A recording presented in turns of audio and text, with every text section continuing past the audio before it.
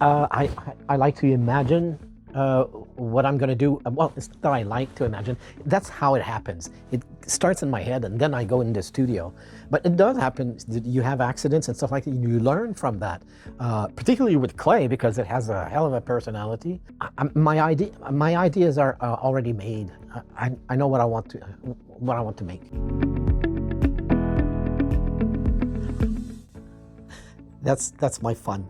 I like developing surface treatment. I come up with different formulas that do funky stuff, that are textural, because I do sculptural. I like my surfaces to have a form also, just like the forms that I work on.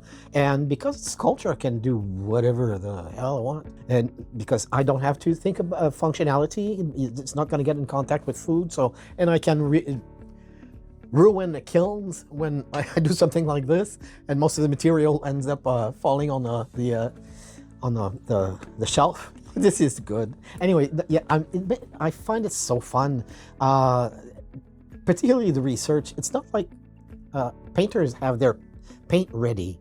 They no longer have to mix, but we ceramic artists have to, and nobody teaches that stuff, so you have to experiment and experiment all the time. And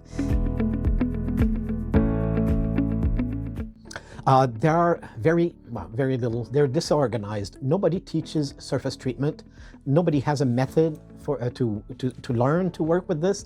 It's amazing because there's a lot of arts professors that could write their obligatory papers on this. Nobody does. So it's many books, magazines, online, all over the place. I end up accumulating data. And eventually I ended up with so much material that I put them in tables in Word, and I kept that book with spiral bound on my bench. It's so easy to work with because it's a constant, it's a reference manual. We don't have that. And so my colleagues, well, Isabel, Janet, and a lot of other people said, you got to publish that. In doing this research, I figured out a method to share. Anyway, so I'm almost finished, probably at the end of the summer.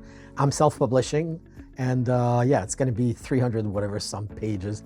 A reference manual for ceramic artists.